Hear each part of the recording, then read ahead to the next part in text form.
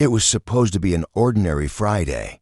Nothing significant, nothing special. She mentioned it so casually, just a small get-together with her team. To celebrate landing a new client. A low-key work thing, she called it. Told me I wouldn't enjoy it anyway. Said it would be all shop talk and marketing jargon I'd find dull. Pick me up around midnight, she added, spritzing perfume across her collarbone, without even glancing in my direction. At the time, I didn't think much of it, but looking back, the signs were so clear it almost hurts to remember how blind I was. There was the new lingerie she slid on without a word, the kind I hadn't seen before. The sleek black dress she stepped into like she wasn't dressing for a work event, but for someone who mattered more. There was the pause when I asked who'd be there, the split second her eyes searched for a lie, and the way her smile wavered when I offered to drive her, like my presence would somehow unravel the night she'd already scripted. She insisted on taking an Uber, said it was simpler, but something in her voice made my chest tighten like a fist had curled around my ribs and wouldn't let go. For the first time in a long while, I didn't feel like her partner. I felt like a footnote, an obligation she had to manage her still. I didn't want to be that guy, the paranoid, insecure one. I'd never been jealous by nature. At least, I didn't used to be. But when something's wrong, truly wrong, your body knows before your mind dares admit it. It lives in your gut, in the way silence feels heavier than it should. So at 10:15, instead of waiting on the couch like she'd asked, I grabbed my keys and drove. I didn't tell her. I just needed to see it for myself. The house wasn't far, tucked into an elegant, over-landscaped part of the suburbs, to polished for a junior marketing team's celebration. That was my first red flag.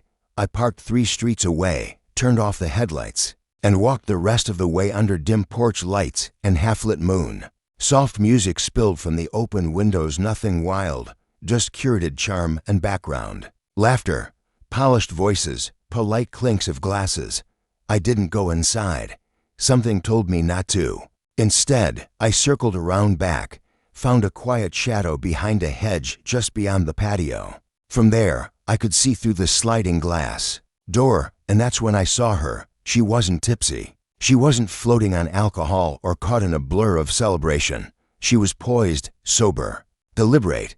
That black dress clung to her like it had been waiting for this night. As she was kissing someone, that not a clumsy, careless kiss, not a fleeting moment sparked by too much champagne. It was slow, familiar, the kind of kiss that says, "You know me, and I want to be known by you again." My hand found the edge of a low stone wall and clenched until my knuckles burned.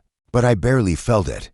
My eyes stayed on her, on him. At first, I couldn't see his face, just the back of his head. His hand curled around her waist like it had always belonged there. Then he shifted slightly and the breath left my lungs. It was Elias, the ex, the one she cried over for weeks, the one she said destroyed her, the one she said she hated, the one she swore she had buried.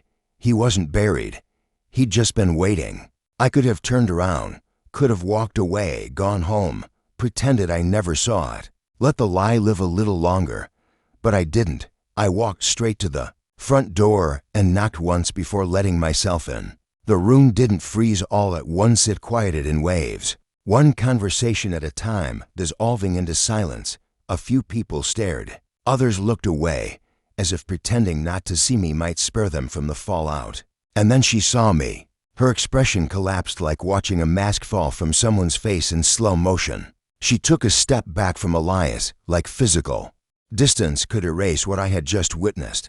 He turned toward me, confused at first. Then recognition settled on his features, and he spoke louder than he needed to. "You didn't tell him." She said nothing, just stared at me with wide, helpless eyes. "You didn't tell him about us?" Elias asked again, his voice cutting through the hush like a blade. Something in me cracked.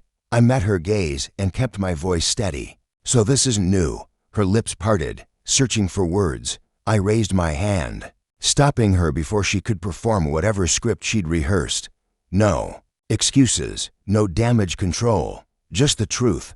"How long?" She hesitated, looked away, then forced it out. "A few months." I laughed, not from amusement.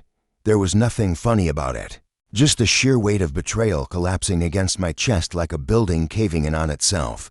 A few months, I repeated quietly.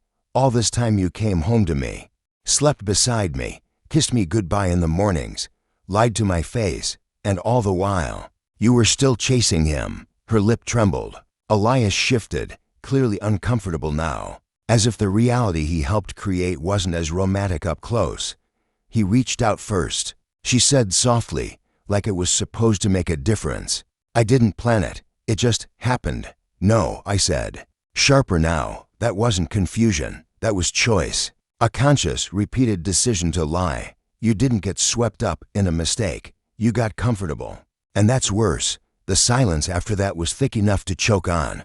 I came tonight, I said slowly, because I cared enough, to drive across the city, to pick you up like I always do. But you weren't planning to come home with me, were you? She reached for my arm, her voice cracking. Please, she whispered, don't leave like this. We need to talk. I shook her off, gently but firmly. You didn't want to talk when his mouth was on yours, I said without looking back. You already made your choice, and I walked out, just like that. I don't know if she cried. Afterward, I don't know if he stayed, and I honestly don't care. That night, I lost someone I once loved, but I found someone else, someone I had been neglecting for too long. Me, and I made a quiet promise to that man who stood in the wreckage, but didn't fall. Never again would I be the one waiting outside while someone else holds my place.